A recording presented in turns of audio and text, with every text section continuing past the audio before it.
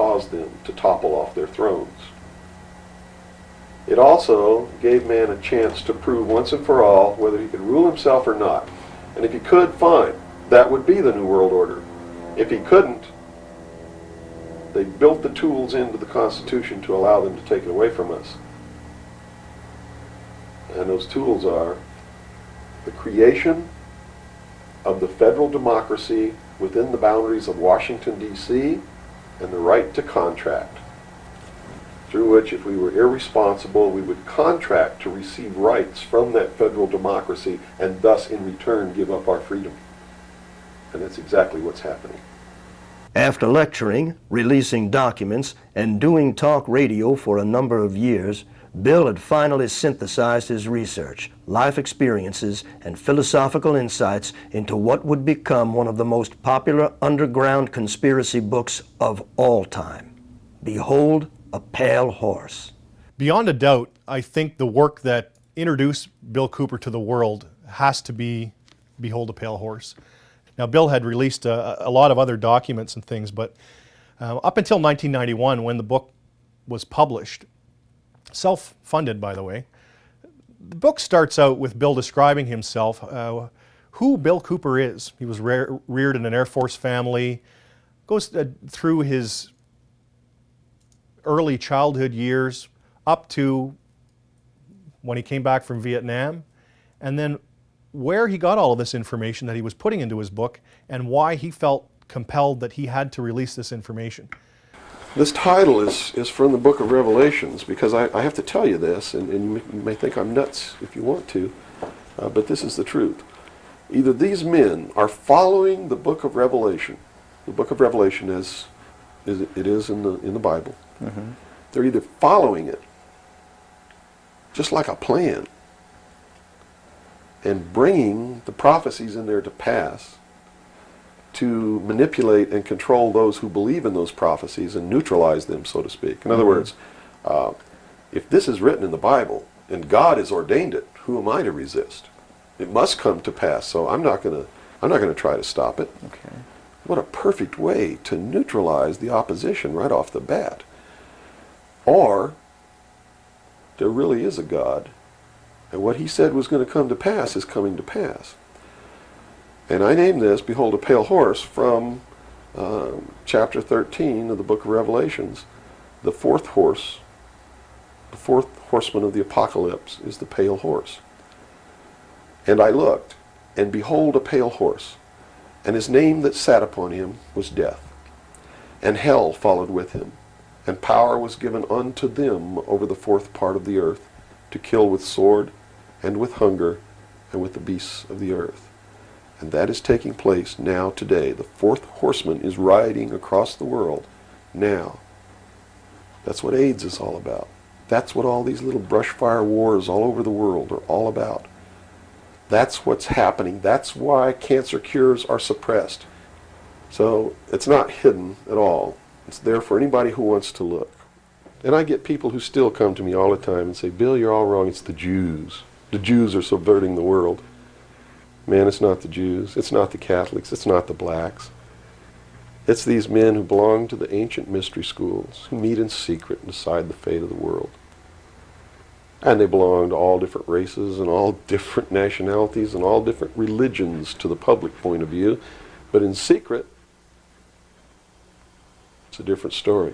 Bill's second major contribution, and arguably his most compelling, was the 42 hours worth of dedicated broadcasts into the history, origins, and agendas of secret societies. The series was simply called Mystery Babylon, and began with an interpretation of the Stanley Kubrick classic 2001, A Space Odyssey.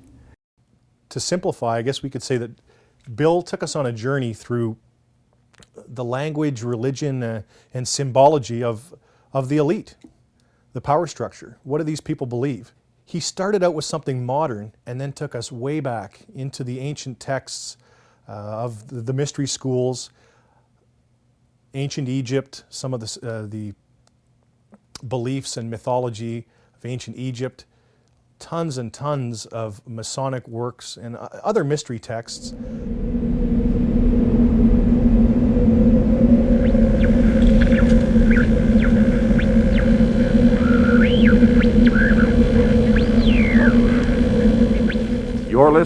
the hour of the time. I'm your host, William Cooper. Tonight, ladies and gentlemen, we begin the origin, the history, the dogma, and the identity of the ancient mystery religions which are now known as the mystery schools. The Order of the Quest, Freemasonry, the ancient Order of the Rose and Cross, the Knights Templar, the Sovereign and Military Order of the Knights of Malta, the Order of St. John of Jerusalem, the Priory de Sion, the Thule Society, are sometimes known as the Thule Society, the Order, the Skull and Bones, the Russell Trust, the Jason Society, the Scroll and Key, the Illuminati, and I could go on and on and on and on. But the most important thing to realize is that they all have been collectively known throughout the ages as the mystery schools, the Illuminati, which literally means illumined ones. They are all one and the same, as you will come to know. And you will understand perfectly how they've been able to infiltrate all of our society. What you hear tonight does not necessarily reflect my views, our beliefs, our religion.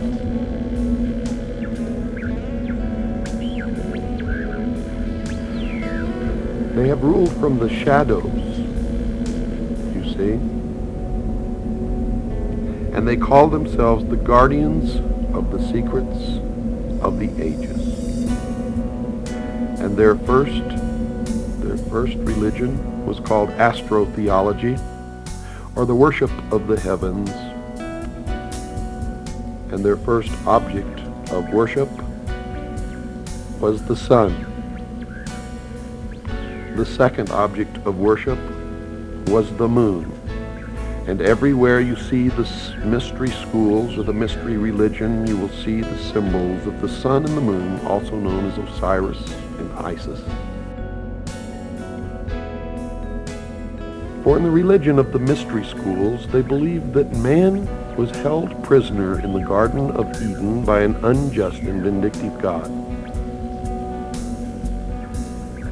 And that man was not told by this unjust and vindictive God that he could have the same powers. And man was set free from the bonds of ignorance by Lucifer through his agent Satan, and many believe that the two are the same, and that's okay because maybe they are. And that through the gift of intellect, man himself will become God. Now, for those of you who understand what I am imparting to you now, you may not even have to listen any farther, for it explains everything that has ever happened in the history of man, and everything that is happening now, and all that is to happen in the future.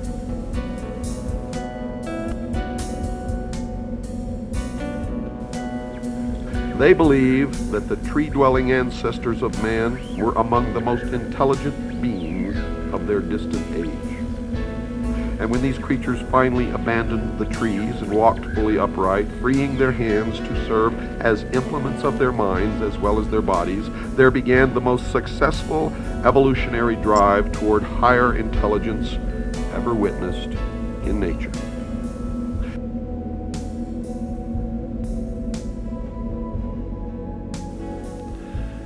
Now notice, Lucifer was called the son of the morning star. He was also called the morning star, and there is a great mystery here, because Christ also called himself the morning star. But I have been told by those who have been initiated in the mystery schools that Christ and Lucifer are one and the same being. What you believe, of course, is your own business, and is not my intention to make you believe anything. But